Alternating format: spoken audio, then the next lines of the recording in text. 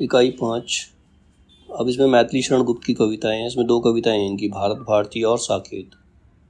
भारत भारती स्वतंत्रता से रिलेटेड और जो साकेत है वो उसमें उर्मिला का विरह वर्णन, उर्मिला के बारे में बताया गया और रामायण से ली गई है। तो इनकी 2 कविताएं मैथिली शरण गुप्त की। तो सबसे पहले मैथिली शरण गुप्त का परिचय। भारत भारती राष्ट्र कवि मैथिली शरण गुप्त की प्रसिद्ध रचना है। उनकी एक प्रसिद्ध रचना भारत भारती, जिसका प्रणयन उन्होंने 1912 ईस्वी में किया था। मतलब स्टार्टिंग जो की थी इसकी 1912 में की थी। और ये 3 खंडों में है, एक अतीत खंड, वर्तमान खंड और भविष्यत खंड। मतलब अतीत खंड मतलब पास्ट के बारे में बताया, फिर वर्तमान में क्या चल रहा है वो बताया है, फिर भविष्य में क्या होगा वो बताया। 3 खंडों में इसमें विभक्त है ये भारत भारती जो है। इससे पूर्व वे 1909 में रंग में भंग लिख चुके थे। मतलब भारत भारती से पहले 1909 में उन्होंने रंग में भंग कविता लिखी थी। जयद्रथ वध भी इसी दौर की रचना है। उसी दौर में एक और कविता आई थी, जयद्रथ वध। ध्यातव्य यह है कि उनकी अन्य प्रसिद्ध रचनाएं हैं। मतलब सुनने योग्य बात यह है कि और भी प्रसिद्ध रचनाएं कौन कौन सी हैं। द्वापर, नहुष, पंचवटी, यशोधरा, साकेत, किसान आदि, ये सब उनकी बाद की रचनाएं हैं। पहले भारत भारती थी। भारत भारती उनके शुरुआती साहित्यिक जीवन की रचना है, किंतु प्रभाव की दृष्टि से यह अन्य सभी रचनाओं पर भारी पड़ती है। मतलब जो मैथिली शरण गुप्त फेमस हुए वो भारत भारती की वजह से ही फेमस हुए थे। गुप्त जी ने इस रचना का उद्देश्य यह बताया कि वे हिंदू समाज के उद्बोधन के लिए कोई रचना लिखना चाहते थे। मतलब हिंदू समाज को ऊपर उठाने के लिए, उद्बोधन मतलब उनको ऊपर उठाने के लिए कोई रचना लिखना चाहते थे। वे भूमिका में जिक्र करते हैं कि श्रीमान राजा रामपाल सिंह जी ने उनसे अनुरोध किया था। मतलब उस समय जो राजा थे रामपाल सिंह, उन्होंने उनसे रिक्वेस्ट की, जिस प्रकार उर्दू में हाली की रचना मुसद्दस है, मतलब हाली ने एक रचना लिखी थी मुसद्दस, वैसी ही उद्बोधन परक रचना हिंदुओं के लिए भी की जानी चाहिए। मतलब मुस्लिमों के लिए एक रचना की गई थी जो हाली ने की थी मुसद्दस, उसी की जैसी वो एक रचना चाहते थे जो हिंदुओं के लिए हो। 1907 ईस्वी में आचार्य द्विवेदी ने भी सरस्वती में एक लेख लिखा था, कवि और कविता, जिसमें उन्होंने कहा था कि उर्दू के हाली, नज़ीर और आज़ाद जैसा कोई कवि हिंदी में भी होना चाहिए जो भारतीय समाज को उद्बुद्ध कर सके, मतलब उनको प्रेरित कर सके आगे बढ़ने के लिए। भारत भारती अपने प्रभाव में अत्यंत सफल रही। कहा जाता है कि इसे पढ़ने के लिए दक्षिण भारत के लोगों ने भी हिंदी सीखी। मतलब भारत भारती इतनी प्रसिद्ध कविता रही कि उसको पढ़ने के लिए जो साउथ इंडियन थे, जो हिंदी पढ़ना नहीं चाहते, उन्होंने भी हिंदी सीखी इस कविता को पढ़ने के लिए। कुछ लोगों ने इसे हिंदी की बिंदी कहा। मतलब ये कविता एक हिंदी की बिंदी के नाम से जानी गई। उमा शंकर जोशी ने इसे आधुनिक युग की गीता कहा है। तो आधुनिक युग की गीता किस कविता को कहा गया है? भारत भारती को कहा गया है। ठीक है, और ये किसने कहा है? उमा शंकर जोशी ने कहा है। उमा शंकर जोशी ने भारत भारती को आधुनिक युग की गीता कहा है। आचार्य महावीर प्रसाद द्विवेदी लिखते हैं कि वह सोते हुओं को जगाने वाला है। मतलब ये जो काव्य उन्होंने लिखा है ये सोते हुए को जगाने वाला है, भूले हुओं को ठीक राह पर लाने वाला है, निरुत्साहितों को उत्साहित करने वाला है। मतलब जो डिमोटिवेट हो गए उनको मोटिवेट करने के लिए कविता लिखी गई है। यह स्वदेश प्रेम उत्पन्न कर सकता है। आचार्य हजारी प्रसाद द्विवेदी कहते हैं कि भारत भारती ने तत्कालीन शिक्षित जनचित की आशा आकांक्षा को बुभुक्षित होने से बचाया है। इसने किसी बड़े आदर्श को प्रतिष्ठित तो नहीं किया। मतलब कोई इसमें कोई आदर्श नहीं दिखाया गया, कोई बड़ा आदर्श जैसे रामायण से राम का चरित्र दिखाई देता है, इसमें ऐसा कुछ नहीं है, कुछ अलग नहीं है। लेकिन जनचित्त को उसने प्राचीन गौरव की कहानी सुनाकर सजग व शकांश बनाया। मतलब उन लोगों को उनके अतीत के बारे में बताकर, जो हमारे पुराने योद्धा थे, शिवाजी थे, महाराणा प्रताप थे, रानी लक्ष्मीबाई थे, उन लोगों के बारे में बता करके उनको उनके अंदर उत्साह भरने का प्रयास किया गया इस कविता के अंदर। भारत भारती की प्रशंसा आगे ने भी की है। वे लिखते हैं कि भारतीयता की खोज का जैसा प्रयास भारत भारती में दिखाई देता है वैसा किसी अन्य रचना में नहीं है। भारत भारती ने जिस तरह समाज के हर वर्ग को छुआ, मतलब चाहे वो छोटी जाति का हो चाहे बड़ी जाति का हो, सबको उन्होंने अपनी कविता में लिया है। संवेदना के हर स्तर को झकझोरा है और भावना मूलक, बौद्धिक व आध्यात्मिक सभी प्रकार के सरोकारों की पुष्टि की है। वह अद्वितीय है। उन्होंने इतनी सारी चीजें एक कविता में लिखी, इतने सारे लोगों को उन्होंने प्रेजेंट किया, ये एक अद्वितीय, मतलब इसकी जैसी वो कोई कविता नहीं हो सकती। अद्वितीय का मतलब उसके जैसा कुछ और नहीं हो सकता। भारत भारती नव जागरण की चेतना का काव्य है।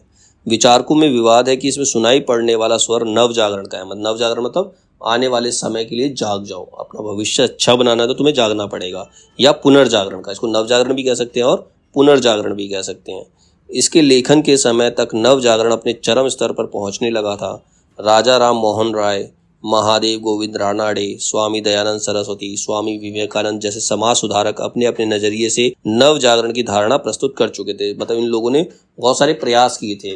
विधवा पुनर्विवाह चलाया, सती प्रथा को रोका, बाल विवाह को रोका। ये लोग ये जो सारे समाज सुधारक है, जैसे राजा राम मोहन राय, महादेव गोविंद रानाडे, स्वामी दयानंद सरस्वती, स्वामी विवेकानंद, ये समाज में सुधार करने के लिए प्रयास कर रहे थे। जहां दयानंद सरस्वती ने अपने अतीत के स्वर्णिम पक्ष को अत्यधिक महत्व दे रहे थे, वहीं विवेकानंद भारतीय अतीत की महानता के साथ पश्चिमी भौतिकतावाद का समन्वय करने लगे थे। मतलब जो हमारा देश है प्राचीन समय में इतना महान था, तो उसका तालमेल पश्चिम, मतलब जो अंग्रेज लोग हैं, वो जो आज भौतिक मतलब ना फिजिकली जो डेवलपमेंट कर रहे हैं, उससे उसको रिलेट करने लगे थे। कौन? स्वामी दयानंद। ठीक है। इसी सांस्कृतिक माहौल से उस मानसिकता का निर्माण किया जिसकी अभिव्यक्ति भारत भारती में हुई है। इसमें भी नवजागरण के विभिन्न स्वर सुनाई देते हैं। कहीं कहीं आर्य समाज की अतीत प्रियता का स्वर मुखर हो जाता है। मतलब ये जो कविता पढ़कर ऐसा लगता है कि हमें अपने अतीत से बहुत ज़्यादा प्रेम है, हमारा अतीत इतना गौरवशाली है कि हमें उससे प्रेम है, उसको बार बार व्यक्ति सुनना चाहता है। तो कहीं कहीं पश्चिमी ज्ञान विज्ञान को सीखने की तड़प गहरी हो जाती है। उसमें ये भी इस तरह से एक्सप्लेन किया है कि हम भी ज्ञान विज्ञान को सीखकर आगे बढ़ना चाहते हैं। इसी द्वंद्वात्मक मानसिकता से मैथिली शरण गुप्त ने भारत भारती की रचना की है। एक ओर तो वो अपने अतीत को गौरवशाली बताते हैं और दूसरी तरफ पश्चिम में जो तरक्की हो रही है उसके लिए भी वो ललायित हैं। तो यहाँ इनमें द्वंद्व है उनके दिमाग में कि किस चीज़ को बढ़ावा दिया जाना चाहिए। इसी को लेकर उन्होंने कविता लिखी भारत भारती। तो ये इसका एक इंट्रोडक्शन था। इसका संदर्भ है राष्ट्रीय कवि मैथिली शरण गुप्त को भारत भारती पुस्तक लिखने की प्रेरणा। अब ये पुस्तक लिखने की प्रेरणा कहाँ से मिली थी? उन्हें मिली थी हाली और कैफी के मुसद्दसों से मिली थी। हाली और कैफी जो उर्दू के राइटर थे, उन्होंने लिखे थे मुसद्दस। जैसे हमारे दोहे लोकोक्तियाँ होते हैं ना, वैसे उन्होंने मुसद्दस लिखे थे। तो उनसे इनको प्रेरणा मिली। देश के भूत भविष्य वर्तमान से जुड़ी इस लंबी कविता के संबंध में अपनी प्रस्तावना में मैथिली शरण गुप्त लिखते हैं, मेरा विश्वास है कि जब तक हमारी बुराइयों की तीव्र आलोचना ना होगी तब तक हमारा ध्यान उनको दूर करने की समुचित रीति से आकृष्ट नहीं होगा। जब तक हमारी जो बुराइयां हैं उसकी कोई आलोचना नहीं करेगा, उसकी कोई बुराई नहीं करेगा, हमारे अंदर कोई बुराई निकालेगा नहीं, तब तक हमें हमारे अंदर उसको सुधारने की इच्छा नहीं होगी। ठीक है। जब तक कोई उसके लिए हमें ब्लेम नहीं करेगा, उसके लिए कोई हमें सुनाएगा नहीं, तब तक हम उसको नहीं सुधारेंगे। तो इसीलिए उन्होंने कविता लिख के सारे हिंदुस्तानियों को सुनाया कि तुम कैसे हो चुके हो और तुम कैसे थे और कैसे हो जाओगे। तब जाके उनको नवजागरण लेकर आए थे इस कविता के जरिए वो मैथिली शरण गुप्त। ठीक है। उसमें विषय वस्तु क्या है, सब्जेक्ट क्या है, इस कविता का सब्जेक्ट क्या है? 3 खंडों में विभाजित यह कविता देश के अतीत और वर्तमान का मूल्यांकन करते हुए भविष्य के प्रति सबको सचेत करती है। संपूर्ण कविता का एक ध्येय पंक्ति है। संपूर्ण कविता में एक ही पंक्ति का ध्येय क्या है? हम कौन थे, क्या हो गए हैं और क्या होंगे अभी। मतलब हमारा पास्ट क्या था, मतलब लोग शिक्षा लेने हिंदुस्तान आया करते थे, ये हमारा पास्ट था। और अभी क्या है? हम दूसरों के गुलाम हैं। और हमारा आने वाला भविष्य क्या होगा। तो यही इसकी विषय वस्तु है पूरी कविता की।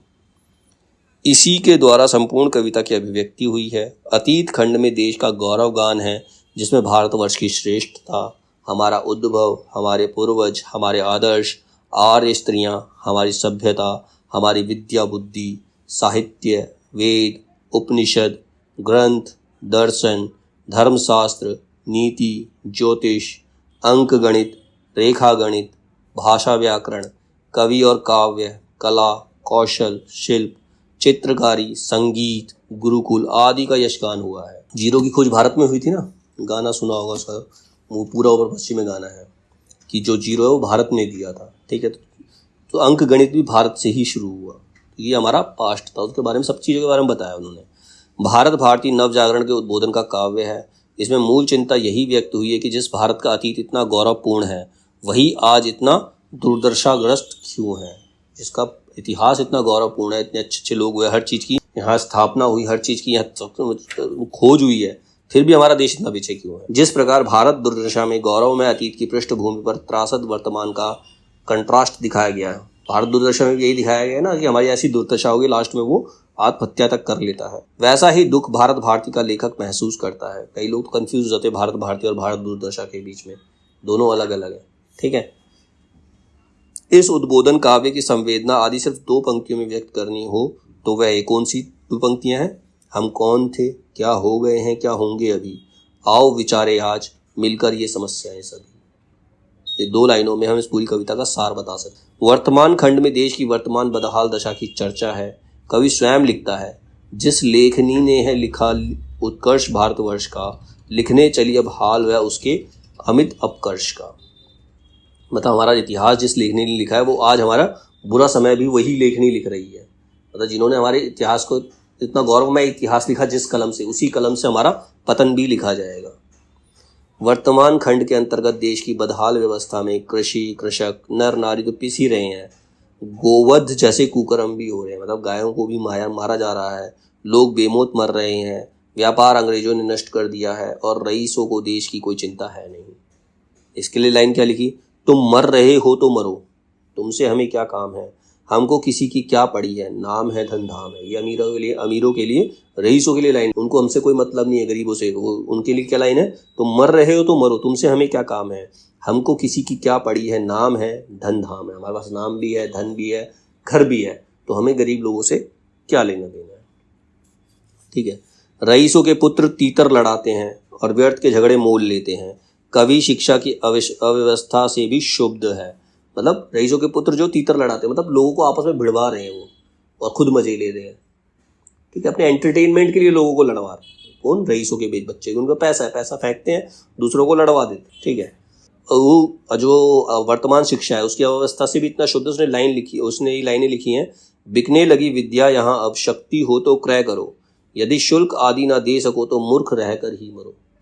मतलब विद्या भी इतनी महंगी कर दी है यहाँ लोगों ने कि विद्या भी बिकने लग गई है, शिक्षा भी बिकने लग गई। जो विद्या का दान दिया करते थे गुरु, वो गुरु अब नहीं रह गए हैं। अब विद्या बिकने लगी। अगर तुम्हारे अंदर शक्ति है तो खरीद लो, और नहीं तो मूर्ख बने रहो। ठीक है। कवि साहित्यिक जगत को भी वर्तमान व्यवस्था में दोषी मानता है। साहित्यिक जगत कौन, जो लिख रहे हैं, जो कविताएं वगैरह कहानियां वगैरह लिखते हैं, वो भी इसके लिए दोषी हैं। कविता के संदर्भ में वह कहता है, उद्देश्य कविता का प्रमुख श्रृंगार रस ही हो गया, उन्मत्त होकर मन हमारा अब उसी में खो गया।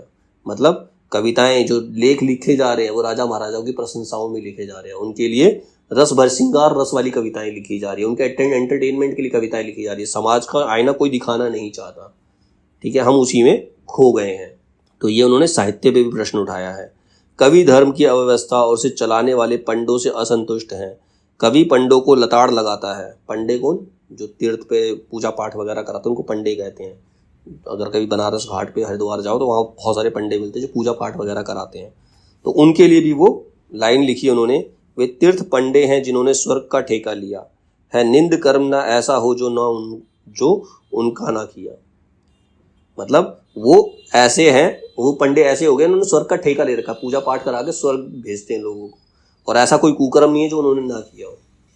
मैथिली शरण गुप्त देश की इस वर्तमान दशा में आई कुरीतियों, जैसे अब वर्तमान दशा में कौन कौन सी कुरीतियां आई हैं, बाल विवाह, वर कन्या विक्रय, मतलब दूल्हा और दुल्हन खरीदे बेचे जाते हैं। ठीक है। धनोपार्जन, अंध परंपरा, नशेबाजी आदि पर वो रोष व्यक्त करते हैं कि इससे वो बहुत ज़्यादा दुखी हैं कि हमारे समाज में इतनी सारी बुराइयां व्याप्त हैं। भविष्यत खंड में कवि देश के चहुओर फैली दुर्व्यवस्था के प्रति जनमानस को सचेत करता हुआ उपाय सुझाता है। अगर अपना भविष्य सही करना है, हमारे यहाँ इतनी कुरीतियां फैल गई हैं, इतनी दुर्व्यवस्था है, अगर भविष्य को सही करना तो उसके लिए उपाय बताता है और इस संकट से उबरने का मार्ग प्रशस्त करता है। वह पूर्वजों के आत्मबल को याद करने की सलाह देता है। मतलब तुम अपने पूर्वजों के आत्मबल को याद करोगे तो तुम्हें फ्यूचर में आगे बढ़ने की शिक्षा मिलेगी, तुम्हें प्रोत्साहन मिलेगा।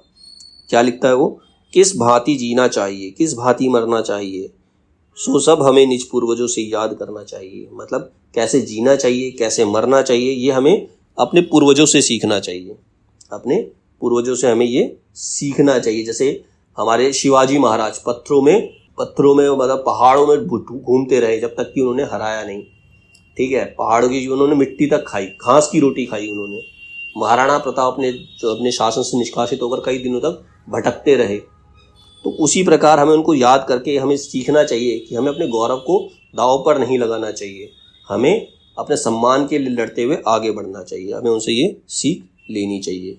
कवि का कहना है कि सभी आपस में वैर विरोध को त्याग कर एकता स्थापित करें। क्या लिखता है कार्य ऐसा कौन सा साधे ना जिसको एकता, देती नहीं अद्भुत अलौकिक शक्ति किसको एकता। मतलब ऐसा कोई कार्य नहीं है जो एकता से ना किया जा सके। अगर सभी लोग एक हो जाए तो कोई भी कार्य किया जा सकता है। और ऐसी कोई अद्भुत अलौकिक शक्ति नहीं है जिसको एकता हरा नहीं सकती। ठीक है, ब्राह्मण, क्षत्रिय, वैश्य और शूद्र सभी से कवि देश हित में खड़े होने का आह्वान करता है। ब्राह्मण जो पूजा पाठ करते हैं, क्षत्रिय जो समाज की रक्षा करते हैं, वैश्य जो व्यापार करते हैं, शूद्र जो नीची जाति के लोग हैं, इन सबको एक साथ खड़े होकर आगे बढ़ने का आह्वान करता है, सबको एक साथ लाने का आह्वान करता है। वह तीर्थ गुरुओं, शिक्षितों, नेताओं, कवियों आदि से भी देश की उन्नति में आगे बढ़कर योगदान देने का आग्रह करता है। जैसे वह कवियों से कहता है, कवियों से क्या कहता है, केवल मनोरंजन ना कवि का कर्म होना चाहिए, उसमें उचित उपदेश का भी मर्म होना चाहिए। मतलब कविता केवल मनोरंजन के लिए लिखी जानी चाहिए, कविता ऐसी लिखी जानी चाहिए जिससे लोगों को शिक्षा मिले, जिससे लोग आगे बढ़ने के लिए प्रेरित हों, ऐसी कविताएं उनको लिखनी चाहिए।